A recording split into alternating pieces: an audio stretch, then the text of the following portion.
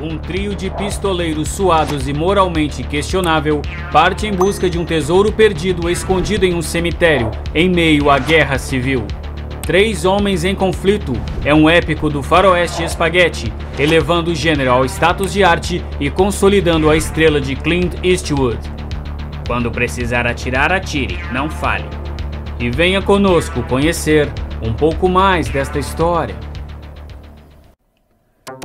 O filme foi dirigido pelo incrível Sergio Leone e é a terceira entrada na conhecida Trilogia dos Dólares, iniciada com o longa Por um Punhado de Dólares, de 1964, e seguido por um Punhado de Dólares a Mais, de 1965. Originalmente, seu título seria The Two Magnificent Tramps, ou Os Dois Vagabundos Magníficos, em uma tradução livre. Mas durante uma reunião com executivos da United Artists, Leone tirou da cabeça o título de The Good, the Bad and the Ugly, ou O Bom, o Mal e o Feio, em uma tradução livre, conquistando os executivos e um orçamento generoso.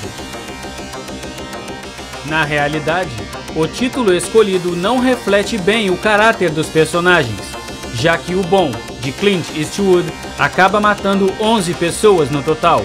O Feio, de Eli Wallach, mata um total de 6 pessoas, e o Mal, de Lee Van Cleef, acaba matando apenas 3 indivíduos, dos quais uma criança, verdade seja dita. No Brasil, o título perdeu essa incrível ironia, sendo chamado simplesmente de Três Homens em Conflito, talvez para evitar alguma conotação de pornochanchada ao longa.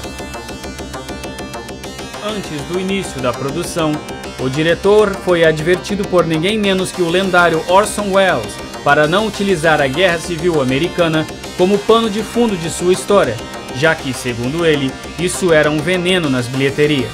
Uma maldição que apenas o filme E o Vento Levou, de 1939, conseguiu quebrar quase 30 anos antes. A comunicação era um verdadeiro problema no set, já que o trio de protagonistas eram praticamente os únicos que falavam inglês, enquanto o italiano Sergio Leone dependia totalmente de tradutores. O único que conseguia se comunicar diretamente com o diretor era o ator Eli Wallach, que conseguia arranhar um pouco de francês, uma língua que o realizador também dominava. Esse problema era agravado devido a uma particularidade do diretor. Sergio Leone nunca escreveu uma linha de roteiro na vida, e toda a história ficava somente na sua cabeça. Outro aspecto sensacional do filme é sua maravilhosa trilha sonora, composta pelo lendário Ennio Morricone. Mesmo quem jamais assistiu ao filme reconhece a sua música tema e é imediatamente remetido ao Velho Oeste.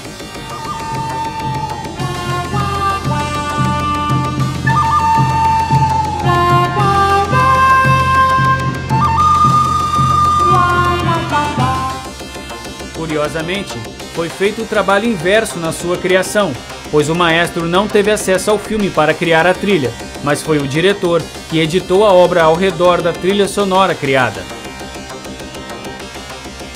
No princípio, Clint Eastwood não tinha muito interesse em estrelar uma terceira parte da saga, já que foi perdendo seu protagonismo no decorrer dos filmes, aparecendo bem menos em cena neste episódio final.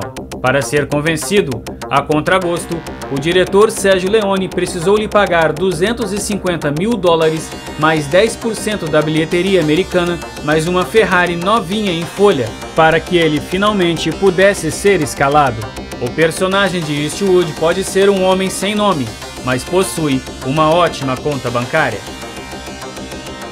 Apesar de ser a última entrada na trilogia dos dólares, esse título se encontra cronologicamente antes dos demais, já que se passa durante a Guerra Civil e é onde o icônico poncho do Homem Sem Nome, aqui apelidado de Lourinho, aparece pela primeira vez. Tendo sido utilizado em todos os filmes, ele não foi lavado uma única vez, desde sua primeira aparição em 1964 até a conclusão da saga, em 1966. Posteriormente, a peça foi doada para um restaurante mexicano e certamente posta em exibição bem longe da cozinha. Ao ser contratado para a produção, Eli Wallach que interpreta Tuco, foi informado por Eastwood para tomar cuidado porque o jeito italiano de fazer cinema não tinha segurança como a maior das preocupações, o que se mostrou bem verdadeiro. Na primeira cena onde Tuco está para ser enforcado, o cavalo acabou se assustando com o disparo do protagonista e fugiu com o ator de mãos amarradas na sela por pelo menos 1 milha, correndo o risco de cair e se ferir gravemente. Felizmente, o ator conseguiu manter as pernas bem firmes ao redor do animal.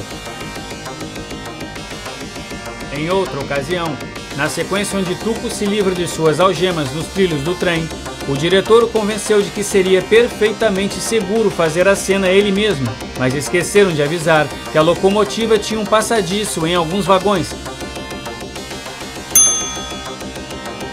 o que resultaria em uma decapitação imediata se por alguma razão o ator resolvesse levantar a cabeça.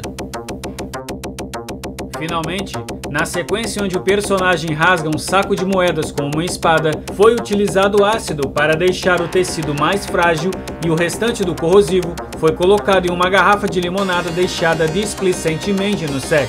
Ao tentar matar a sede, Wallach teve uma terrível surpresa, mas percebendo de imediato o problema, ele cuspiu todo o material antes de engolir, bebendo bastante leite e ficando com várias queimaduras nos lábios. Quando Eli Wallach chegou a Madrid, ele acabou encontrando problemas para se instalar, já que na ocasião, todos os hotéis estavam lotados. Clint Eastwood apresentou uma solução, o convidando para ficar na casa de um amigo. O que ele não sabia é que havia apenas uma cama disponível e a dupla precisou dormir junto.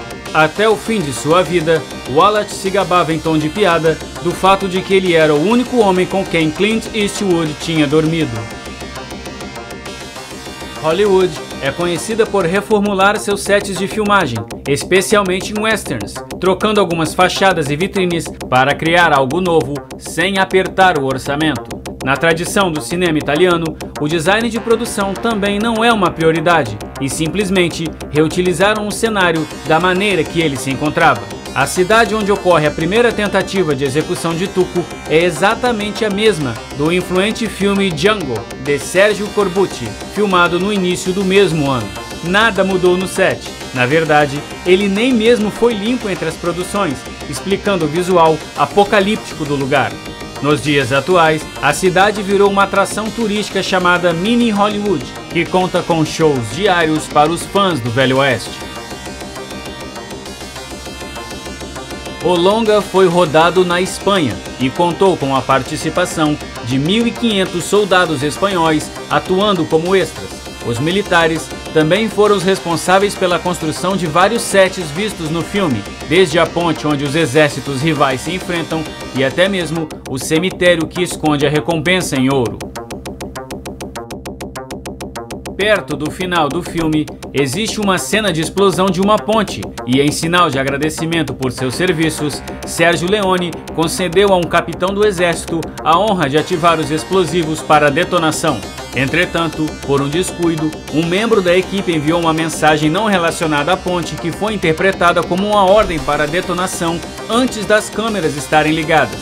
Possesso, o diretor demitiu esta pessoa no ato, mas o capitão se ofereceu para reconstruir toda a ponte sob a condição da recontratação do desempregado. Assim, a ponte foi explodida uma segunda vez e o Seguro Social perdeu um associado. Na realidade, a explosão da ponte quase fez uma outra vítima. Dado o pobre uso de EPIs no cinema italiano e seu patente relaxo na segurança, é possível ver claramente quando um pedaço de rocha de tamanho considerável caiu a poucos metros de Clint Eastwood.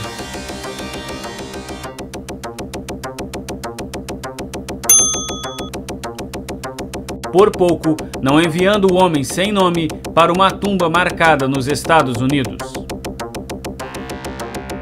Durante a sequência do cemitério de Sad Hill, quando Blonde chuta a tampa do caixão de Art Stanton para revelar um esqueleto desidratado, você não está olhando para um objeto de cena, mas sim restos humanos autênticos.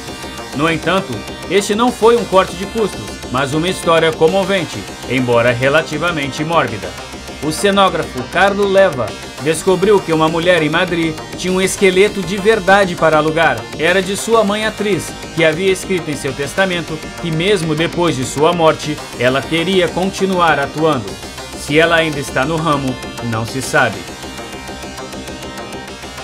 Apesar de todo o esforço colocado na construção do cemitério Sad Hill com 5.000 túmulos, o local foi simplesmente abandonado como estava e, ao longo das décadas, tornou-se completamente coberto de vegetação e quase totalmente escondido.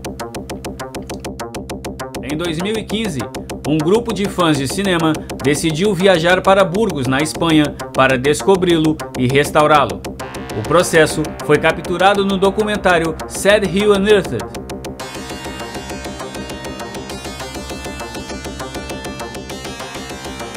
Três Homens em Conflito é um clássico atemporal do faroeste spaghetti, redefinindo o gênero como conhecemos. Até então, em Hollywood, a regra era atores galantes e virtuosos em cidades assépticas, com o herói matando o vilão e salvando o dia.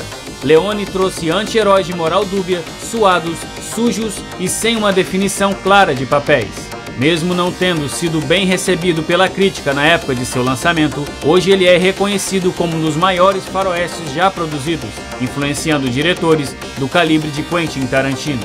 Para qualquer um que ama o gênero, curte cinema ou ainda não é filho de 1000 pais, esta é uma obra-prima da sétima arte.